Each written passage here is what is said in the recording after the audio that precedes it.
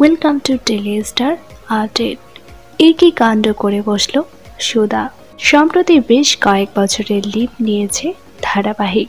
সুধার মেয়ে তরি, বাবা থেকেও বাবা হারা তরি।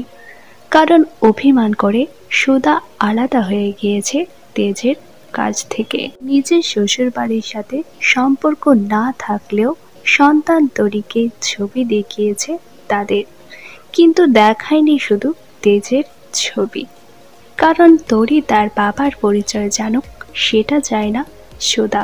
অথচ এক সময় স্ত্রী সুধার পাশে ছিল তেজ, কিন্তু ইমনের ষড়যন্ত্রে তেজকে ভুল বুঝল সুধা।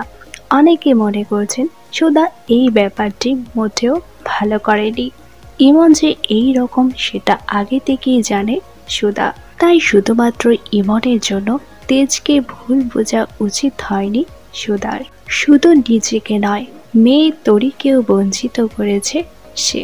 খুব শীঘ্রই হয়তো দেখা হবে তেজ এবং সুধার, এবং তেজ জানতে পারবে তরি তার মেয়ে।